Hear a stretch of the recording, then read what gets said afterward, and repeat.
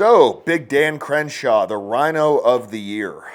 Let me just say something about making mistakes. I am the first person to raise my hand when I screw up and own it. And I believe that's how men should be. There's a whole saying out there, admit nothing, never say you're wrong. Great. If you're arrested, you're right on point. Other than that, people stop trusting you. People stop believing you got one of these when you act like you're not human and you never make mistakes. And that's where we get to Dan Crenshaw. Dan Crenshaw has been known for a lot of crap in Congress. I don't know why he's still in there.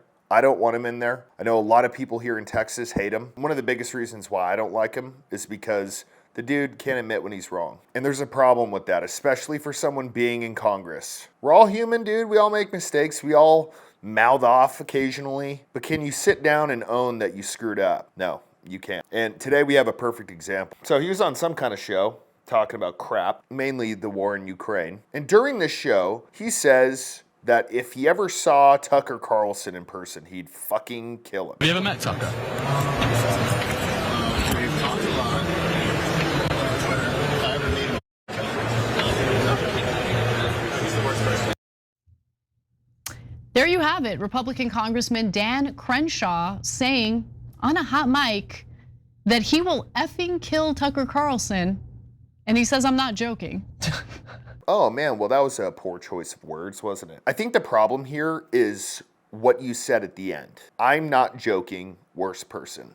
Look, people screw around. Someone saying, oh, I'd kill that guy. Probably not a good thing to say, but you can usually tell when someone's joking, right? People throw it around and it's probably the wrong thing to do, but you usually know, right? It's kind of like saying, oh, I'd kick that dude's ass. But where you just kind of ruined it for yourself is where you go, I'm not joking, right? You took the joke out of it by saying that. So guys, one of the most common things talked about in today's health market is gut issues. And a lot of it has to do with all the crap people are putting in foods nowadays, preservatives, colors. I'm one who's personally experienced a ton of gut issues because of it. And for some people, it can lead to weight gain, tons of health problems. Good news is you can combat it and fix it pretty good. There's gonna be a video, below the video. It talks all about a gut cleanse protocol. Just kind of have to figure out what works for you, what doesn't. I sure as hell have. Go check it out.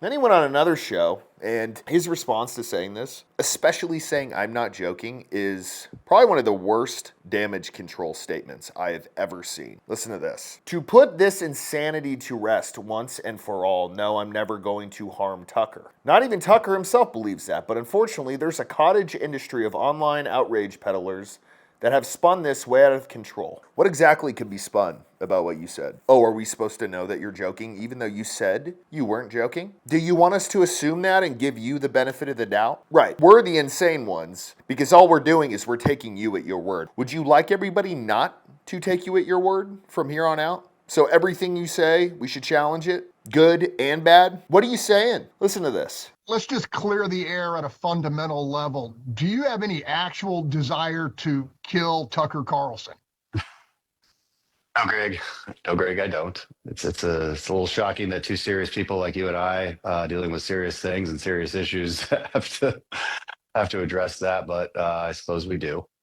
What the fuck is so funny? I'm still missing the joke because you yourself said it was not a joke. Are you just that irresponsible with your own mouth that you can think you can just sit there and be like, oh yeah, I'll say whatever I want and then I'll call other people crazy when they take me at my word? It's a joke. Is it though? You've ever heard of red flag laws? Sure you have. You've supported them in the past. Based on the statement that you've said, and everybody knows on here that I am 100% opposed to anything that is not written in the Second Amendment. I do not believe in any gun regulation, but I'm going to use exactly what Dan Crenshaw has supported, red flag laws. Based on your own support of said red flag laws in the past, Dan, do you believe that you should be red flagged by what you said? I mean, if you're supportive of something, somebody being considered dangerous, somebody making threats, I would say, yeah, you should. I think this is the problem with our country. People like Dan Crenshaw, they get a big ass head.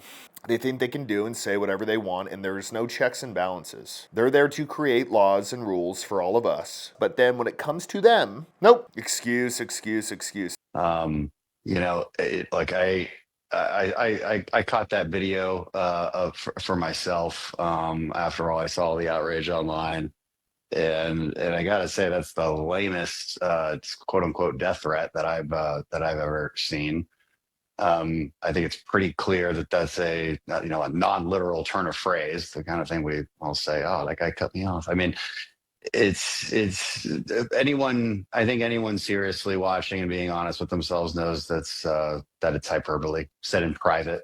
And no, Tucker does not have to worry. I absolutely have no desire to harm him. How hard would it have been, honestly, as a show of good faith to the American people? And Tucker has a hell of a lot more support than you do, even here in Texas. How hard would it have been to be like, you know what? That was a mistake. I didn't mean it like that, but I understand how it may seem, especially with me saying that I wasn't joking. So, I apologize to Tucker. It won't happen again. No, you just made it a whole big ass joke. What if somebody went on and said that about Donald Trump, one of your kids? You. Would it be different? I mean, let's not be hypocritical here. Let's not downplay it. Just so everybody knows, in my opinion, I don't think he was serious. I don't think he could if he wanted to. But that still doesn't mean that you just get to make it a big old joke. What kind of precedent are you setting for everyone who voted for you, for everyone who believes in you? One, you're saying that men should not be taken at their word. Two, you're saying that you can throw around death threats. And yes, it was a death threat, even if you were joking. Nonchalantly, you can do it whenever. Goofy stuff.